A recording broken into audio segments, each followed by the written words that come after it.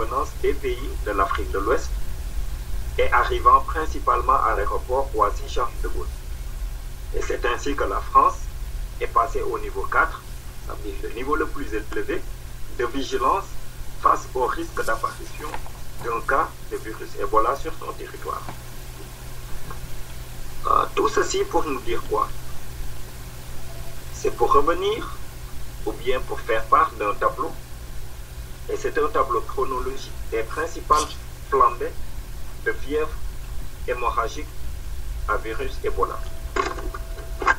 Et malheureusement, en Afrique, on constate, pour cette année-ci, en 2013, il y a eu des cas qui ont été recensés en Guinée, au Libéria et en Sierra Leone. En 2012, en République démocratique du Congo, on a recensé 57 cas, 29 décès, avec un taux de létalité de 51%. En 2012, toujours, c'était le cas au Soudan, avec 7 cas recensés, 4 décès et 57% de taux de létalité.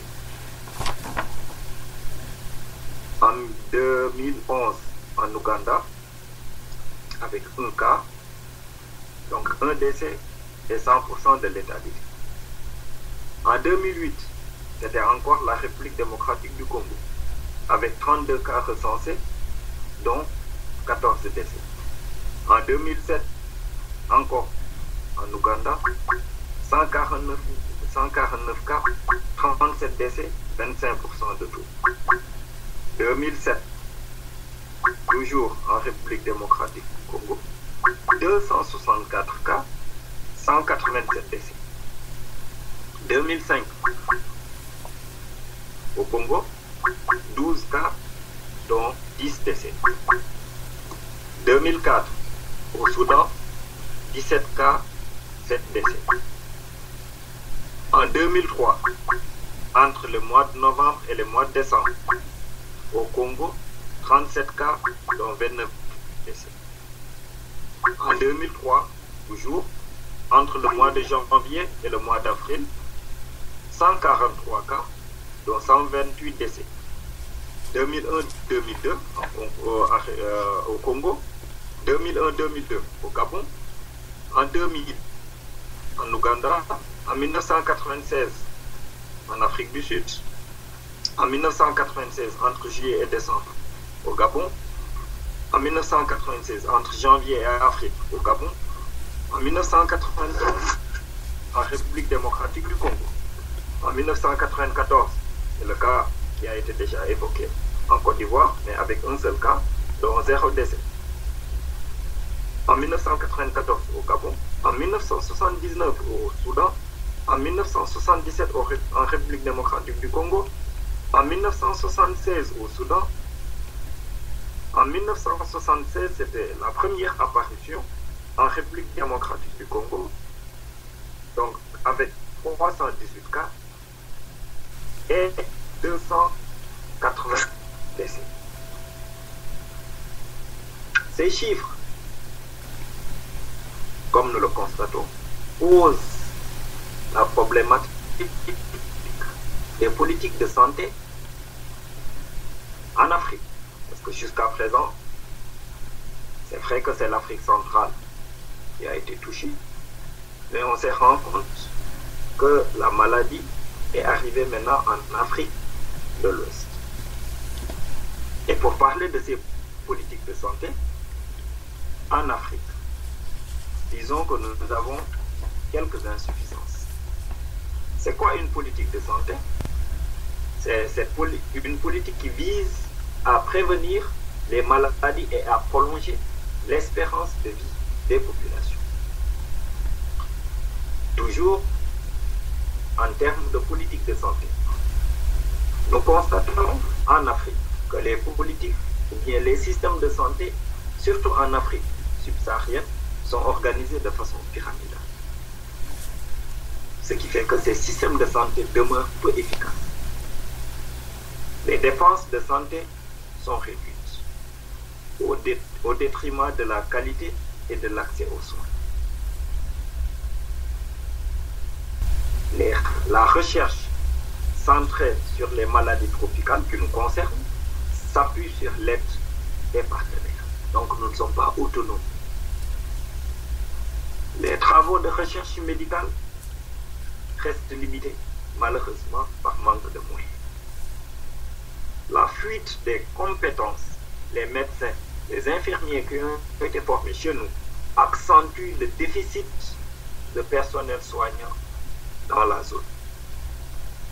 La situation sanitaire des populations reste préoccupante, toujours en Afrique subsaharienne.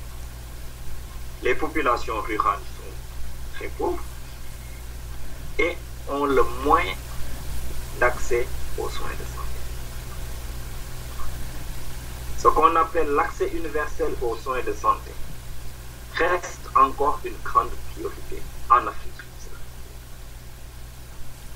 Ce qui fait qu'il est nécessaire, qu'il est capital pour l'Afrique subsaharienne de renforcer le personnel médical.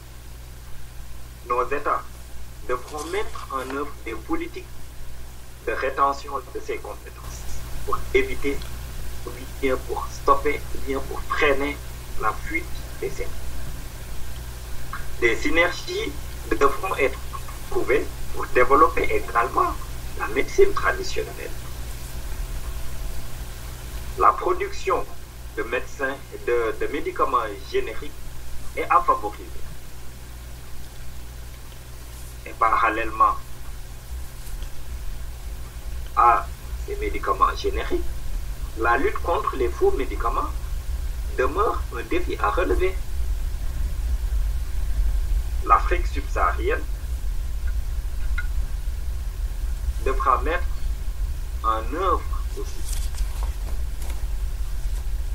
l'utilisation des nouvelles technologies de l'information et de la communication dans la médecine.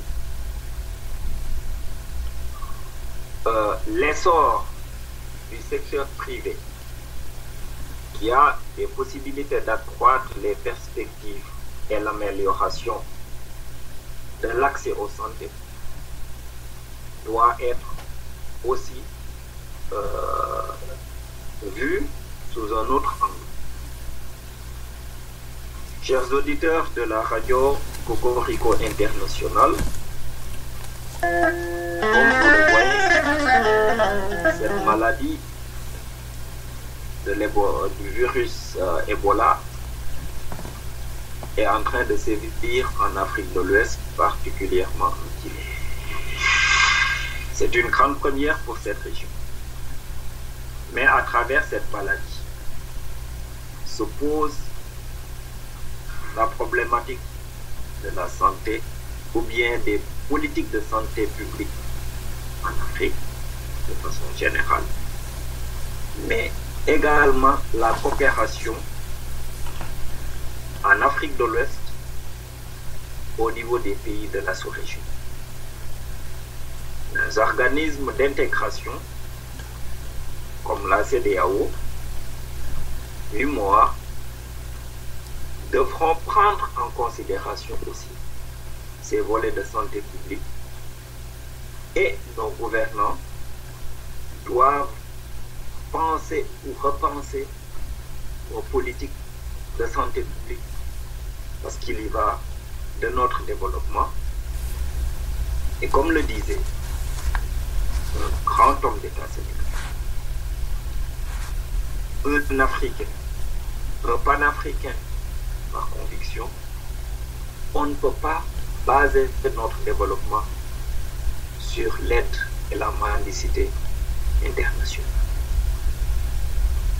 En vous donnant rendez-vous la semaine prochaine pour une autre chronique qui, espérons-le, sera beaucoup plus joyeuse. Votre dévoué Ndiaye vous souhaite de passer une bonne semaine.